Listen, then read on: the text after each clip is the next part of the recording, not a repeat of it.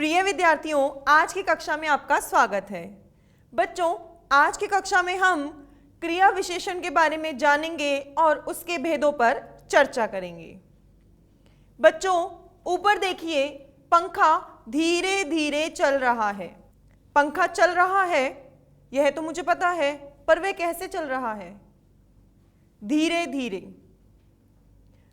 बच्चों, क्या आप मुझे बता सकते हैं कि पंखा धीरे धीरे चल रहा है, इसमें क्या बात पता चली है हमें? आप बताइए। मैम, ये विशेषता बताते हैं। बहुत अच्छे। इससे हमें पंखे के चलने की विशेषता पता चली है कि वह धीरे धीरे चल रहा है। बच्चों, जिन शब्दों से हमें यह पता चले कि क्रिया कब हुई, क्रिया कितनी हुई, क्रिया कहाँ हुई और क्रिया कैसे हुई, वे शब्द हमें क्रिया की विशेषता बता रहे होते हैं और उन्हीं शब्दों को हम क्रिया विशेषण कहते हैं। बच्चों, यदि मैं सरल शब्दों में कहूं तो क्रिया की विशेषता बताने वाले शब्दों को क्रिया विशेषण शब्द कहते हैं। बच्चों, ये शब्द अव्यय या अविकारी शब्द होते हैं। इनमें लिंग, वचन या कारक के कारण कोई परिवर्तन नहीं आता।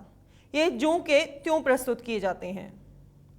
आप पहले विशेषण के बारे में पढ़ चुके हैं। विशेषण शब्द वे शब्द होते हैं जो संज्ञा या सर्वनाम की विशेषता बताते हैं।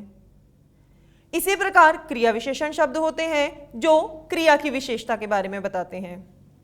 आइए देखते हैं और कुछ उदाहरणों द्वारा। लता मंगेशकर अच्छा गाती है। वे गाती हैं, हम सब जानते हैं, पर कैसा गाती हैं? क्रिया के होने का पता चला कि वे कैसे गाती हैं? अच्छा गाती हैं। बालक धीरे धीरे रो रहा है। रो रहा है क्रिया हो रही है, पर धीरे धीरे रो रहा है। वह तेज आवाज करके नहीं रो रहा, या वह तेज आवाज करके भी रो सकता था। तो जिस शब्द से हमें विशेषता पता चलती है कि क्रिया किस प्रकार हो रही है, वही शब्द क्रिया विशेषण है। बच्चों, अब बात करते हैं क्रिया विशेषण के भेदों की। क्रिया विशेषण के 4 भेद होते हैं: रीतिवाचक क्रिया विशेषण, कालवाचक क्रिया विशेषण, स्थानवाचक क्रिया विशेषण तथा परिमाणवाचक क्रिया विशेषण। आइए सबसे पहले जानते हैं कि यह रीतिवाचक क्रिया विशेषण क्या है। रीतिवाचक क्रिया विशेषण हमें यह बताता है कि क्रिया किस प्रकार हुई, अर्थात किस विधि द्वारा या किस रीत द्वारा हुई। जैसे कि क्रिया धीरे धीरे हुई, क्रिया चुपचाप हुई, क्रिया शायद हुई या क्रिया अचानक हो गई। उदाहरण देखते हैं। तुम मेरी बात ध्यानपूर्वक सुन रहे हो। अब यहां तुम मेरी बात सुन रहे हो, ये तो कार्य हुआ। और कैसे सुन रहे हो? ध्यानपूर्वक सुन रहे हो। तो इससे हमें पता चलता है कि तुमने मेरी बात कैसे सुनी। हमें क्रिया की विशेषता का पता चला। बालक चुपचाप बैठा है। बालक बैठा है, वह यह क्रिया कर रहा है कि वह बैठा हुआ है, पर वह चुपचाप बैठा है। वह शोर भी मचा सकता है और नहीं भी मचा सकता। हमें उसके बैठने की विशेषता पता चली कि वह कैसे बैठा है। अब बात करते हैं कालवाचक क्रिया विशेषण की। बच्चों, कालवाचक क्रिया विशेषण शब्द वे क्रिया विशेषण शब्द हैं जहां क्रिया के होने के काल का पता चले, अर्थात क्रिया किस समय हुई। देखते हैं कैसे। जब पता चले क्रिया आज हुई, कल हुई, अब हुई, तब हुई, रोज हुई, लगातार हुई। कुछ उदाहरण देखते हैं। मैं आज जाऊंगा। मैं जाऊंगा, जाऊंगा यहां क्रिया है, पर कब? आज जाऊंगा, तो यह उसकी विशेषता है। माता जी कल आएंगी। माता जी कल आएंगी, आएंगी क्रिया हुई और कल उसकी विशेषता बता रही है कि वे कल ही आएंगी। अब बात करते हैं स्थानवाचक क्रिया विशेषण की। बच्चों, स्थानवाचक क्रिया विशेषण शब्द वे क्रिया विशेषण शब्द होते हैं जो क्रिया के होने के स्थान का बोध कराते हैं। यानी कि क्रिया यहाँ हुई, क्रिया वहाँ हुई, क्रिया ऊपर हुई, क्रिया नीचे हुई, दाएं हुई, बाएं हुई, इस प्रकार। उदाहरण देखते हैं।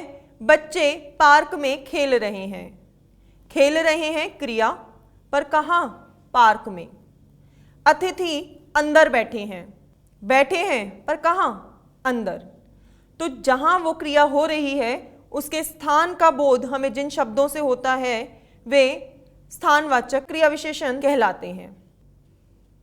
बच्चों अब बात करते हैं परिमाणवाचक क्रिया विशेषण शब्दों की। परिमाणवाचक क्रिया विशेषण शब्द वे शब्द हैं जो क्रिया के परिमाण को बताते हैं कि वह कितनी हुई। कैसे पता लगता है आइए देखते हैं।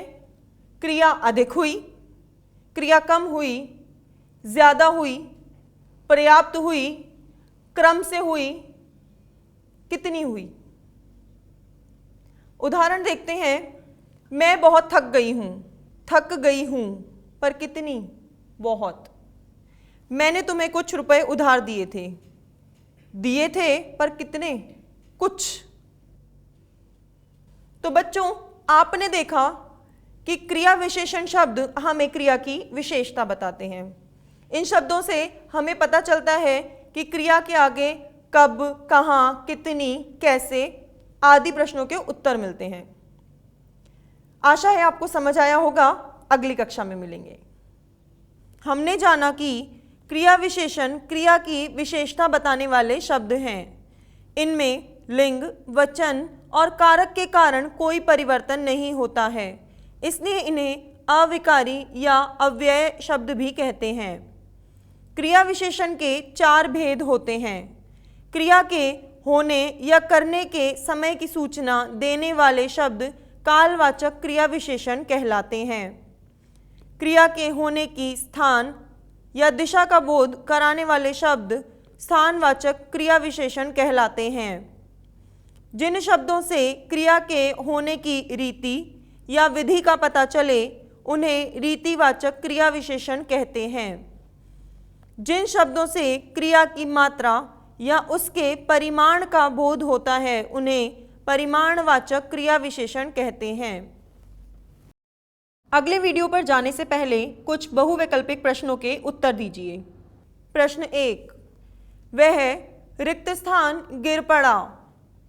वाक्य के रिक्त स्थान के लिए उपयुक्त क्रिया विशेषण है क नित्य, ख बहुत, ग बिल्कुल, घ अचानक। प्रश्न 2, आसपास कौन सा क्रिया विशेषण शब्द है? क रीतिवाचक, ख परिमाणवाचक, ग स्थानवाचक, घ कालवाचक। प्रश्न 3, क्रिया विशेषण के कितने भेद हैं? क 3, ख 4, ग 5, घ कोई भेद नहीं है।